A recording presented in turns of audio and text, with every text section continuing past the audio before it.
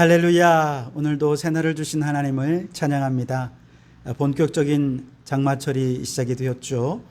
여러분, 날씨가 우중충하고 비가 오더라도 우리의 영혼은 날마다 우리의 태양이신 예수님의 태양으로 밝게 비춰서서 언제든지 맑고 밝은 영혼으로 살아가는 우리 성도들이 되실 수 있길 바랍니다. 자, 오늘 우리에게 주시는 하나님의 말씀은 히브리서 13장 10절에서 17절까지 말씀입니다. 봉독해 드리겠습니다. 우리에게 제단이 있는데 장막에서 섬기는 자들은 그 제단에서 먹을 고난이 없나니 이는 죄를 위한 짐승의 피는 대제사장이 가지고 성소에 들어가고 그 육체는 성문 밖에서 불사름이라. 그러므로 예수도 자기 피로써 백성을 거룩하게 하려고 성문 밖에서 고난을 받으셨느니라. 그런즉 우리도 그의 치욕을 짊어지고 영문 밖으로 그에게 나아가자. 우리가 여기에는 영구한 도성이 없으므로 장차 올 것을 찾나니 그러므로 우리는 예수로 말미암아 항상 찬송의 제사를 하나님께 드리자. 이는 그 이름을 증언하는 입술의 열매니라. 오직 선을 행함과 서로 나누어 주기를 잊지 말라. 하나님은 이 같은 제사를 기뻐하시느니라. 너희를 인도하는 자들에게 순종하고 복종하라. 그들은 너희 영혼을 위하여 경성하기를 자신들이 청산할 자인 것 같이 하느니라. 그들로 하여금 즐거움으로 이것을 하게 하고 근심으로 하게 하지 말라. 그렇지 않으면 너희에게 유익이 없느니라. 아멘. 오늘도 이 말씀을 통해 우리에게 주신 하나님의 음성을 듣게 되길 바랍니다. 오늘 우리가 읽은 본문에서는 레위기에서 말하고 있는 제사에 관한 이해가 없이는 좀 이해하기가 어려운 내용들이 좀 있습니다. 오늘 10절을 보시면 우리에게 제단이 있는데 장막에서 섬기는 자들은 그 제단에서 먹을 고난이 없나니 이렇게 말씀을 하십니다. 근데 여러분, 레위기를 읽어보신 분들은 아시겠습니다만 하나님께서 모세에게 제사법을 알려주셨을 때 제물들 가운데서 어느 특정 부위는 여호와께 드리고 또 어느 특정 부위는 버려야 할 것이 있고 또 어떤 특정 부위는 하나님 앞에 꼭 드려야 할 부위가 있고요. 그리고 또한 어떤 부위는 아론과 그 자손들을 위해 따로 구별하라, 이렇게 명령하는 구분이 있는 것을 아마 여러분 읽어보셨을 것입니다. 그래서 제사장들, 아론의 후손들은 그 하나님께서 지정해 주신 음식을 지정해 준 장소에서 먹을 수가 있었습니다. 그런데 오늘 10절을 보시면 장막에서 섬기는 자들이 제단에서 먹을 고난이 없다? 이게 무슨 말입니까? 레위기 가르친 것 좀 다른 것 아닙니까? 자, 이걸 이해하려면 먼저 우리는 히브리서 저자가 말하고 있는 이 제사가 어떤 제사인지를 알아야 되는데요. 이 제사는요, 속죄 제사라는 것을 알아야 됩니다. 왜냐하면 율법에 의하면 일반적으로 속죄 제사를 드릴 때 제사장이 제물의 고기를 회막의 뜰에서 먹을 수 있게 하셨거든요. 하지만 제물을 먹을 권한이 없는 경우가 이때 있습니다. 만약 제사장이 그 속죄 제물의 피를 지성소에 들고 들어간 경우에는 이때는 그 고기를 먹지 말고 반드시 진 바깥 재버리는 곳에 불살라 버려야 했다는 것입니다. 이게 레위기 6장 30절에 나오는데요. 그러나 피를 가지고 회막에 들어가 성소에서 속죄하게 한 속죄제 제물의 고기는 먹지 못할지니 불살을 지니라. 다시 말해서 오늘 본문에서 말하는 이 제사는 속죄제의 제사고 이 제물은 먹지 못하는 제물은 속죄제의 제물이라는 것이죠. 이것은 반드시 먹지 말고 진 밖으로 가지고 나가서 불사르라, 그렇게 말씀을 하셨습니다. 11절 말씀을 보시면 이는 죄를 위한 짐승의 피는 대제사장이 가지고 성소에 들어가고 그 육체는 영문 밖에서 불사름이니라. 레위기의 속죄제 제사와 내용이 같지요. 즉 대제사장이 제물의 피를 들고 지성소에 들어가서 속죄제의 제사를 드리고 그리고 이때 나오는 제물은 성문 밖에서 불살라 버려야 했다는 것이죠. 자, 그런데 대제사장이 1년에 한 차례 속죄제의 제사를 드리기 위해서 이제 지성소로 들어가는 때가 있었는데 그것이 바로 대속죄일이죠.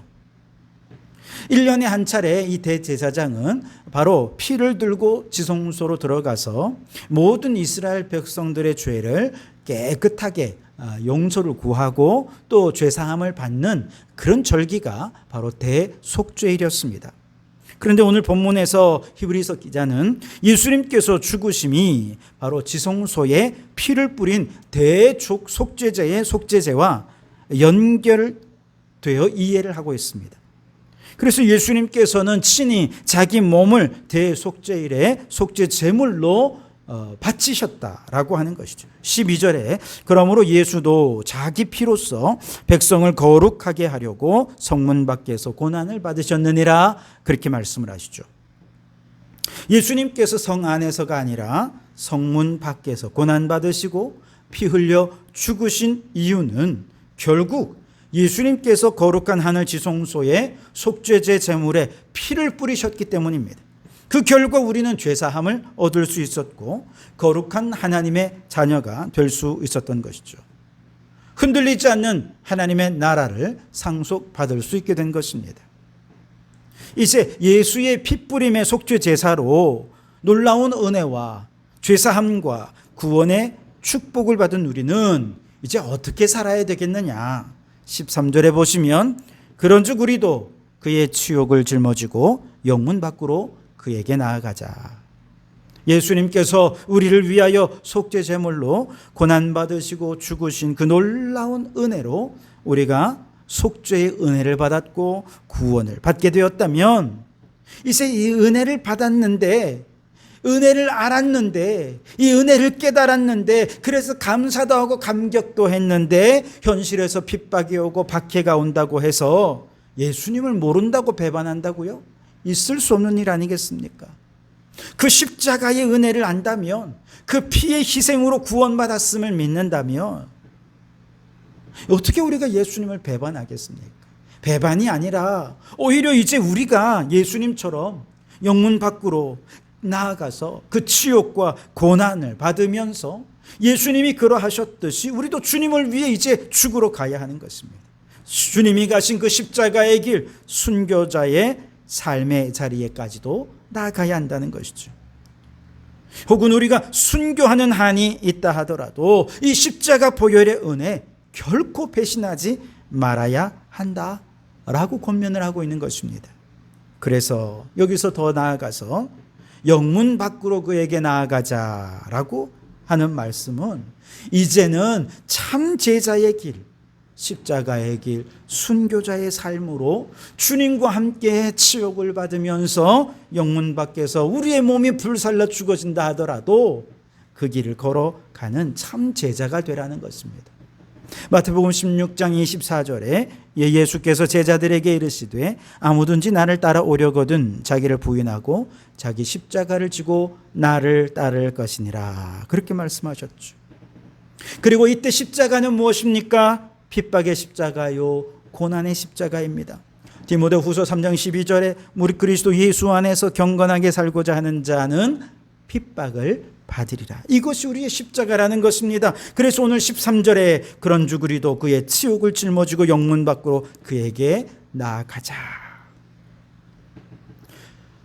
로마서 8장 17절에 보면 자녀이면 또한 상속자 곧 하나님의 상속자요 그리스도와 함께한 상속자니 우리가 그와 함께 영광을 받기 위하여 고난도 함께 받아야 할 것이니라 말씀하고 있습니다.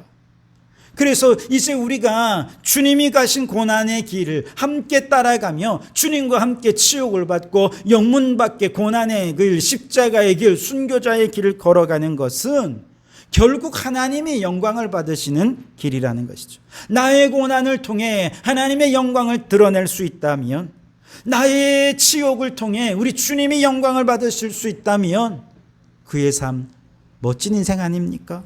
그러니 우리가 이 세상에서 예수 이름 때문에 받는 고난은 결코 부끄러운 고난이 아닙니다.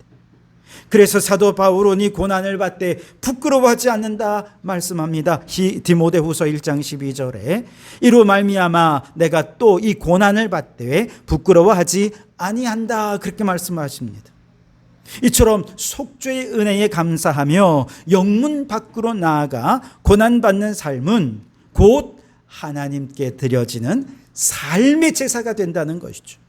예수님의 십자가가 하나님께 드려지는 속죄제의 제사가 되었다면 우리는 더 이상 속죄제의 제사를 드릴 필요는 없죠. 예수님이 이미 우리 죄를 사해 주셨으니까. 그렇다면 우리의 제사는 어떤 제사입니까? 하나님께서 기뻐하시는 찬송의 제사가 됩니다. 15절과 16절을 보십시오. 그러므로 우리는 예수로 말미암아 항상 찬송의 제사를 하나님께 드리자. 이는 그 이름을 증언하는 입술의 열매니라. 오직 선을 행함과 서로 나누어 주기를 잊지 말라. 하나님은 이 같은 제사를 기뻐하시느니라. 아멘. 여러분, 우리 하나님이 기뻐하시는 제사는 어떤 제사입니까? 요한복음 4장 24절에 보면 영과 진리로 드리는 제사입니다. 단지 성경을 좀 더 많이 읽고 기도를 많이 하고 예배를 빠짐없이 참여했다고 해서 그게 영과 진리로 드리는 예배는 아니지 않습니까?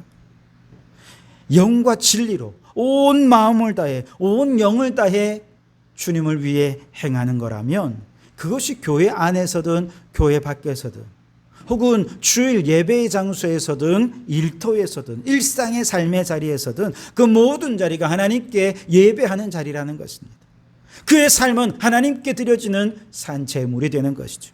중요한 것은 우리가 일상의 말씀과 기도와 예배를 통해 정말 중요한 것은 하나님의 마음을 깨닫는 것이죠. 그래서 예배를 통해 말씀과 기도를 통해 하나님의 뜻, 하나님의 마음을 깨달았다면 이제 그 뜻대로 살기 위해 구체적으로 삶의 자리에서 말씀대로 살다가 고난과 핍박을 받았다면 그것이 하나님께서 기뻐하시는 찬송의 제사가 된다는 것, 삶의 예배가 된다는 것입니다. 여러분, 찬송이란 그저 곡조를 따라 그냥 흥얼거린다고 그게 찬송이 아니죠.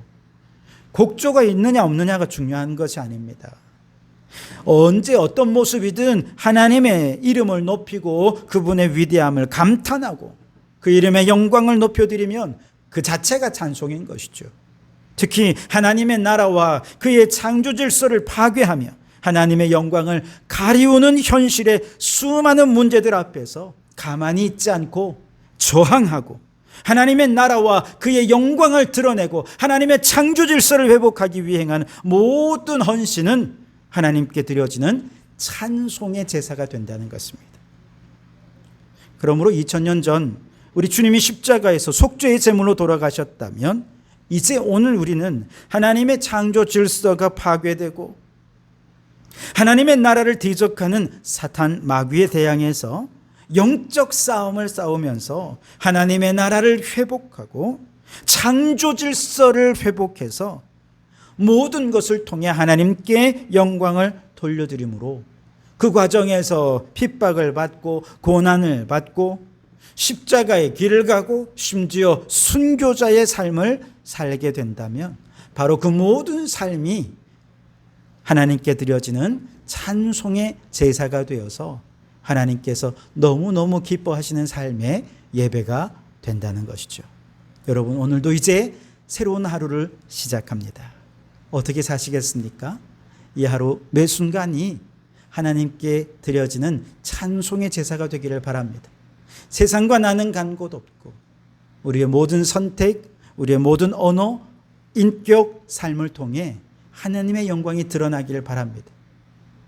우리가 행하는 모든 속에서 핍박을 받고 박해를 받고 고난을 받고 치욕을 당한다 하더라도 오직 예수 그리스도의 영광을 위해 살아갈 수 있다면 여러분 모두의 삶은 하나님이 그렇게 기뻐하시는 거룩한 찬송의 제사가 될 줄 믿습니다. 여러분, 오늘 이 하루도 그렇게 오직 하나님의 영광을 위해 찬송의 제사를 드리며 살아가는 성도들이 되시기를 주님의 이름으로 축원합니다. 기도하겠습니다. 하나님 아버지, 그렇습니다.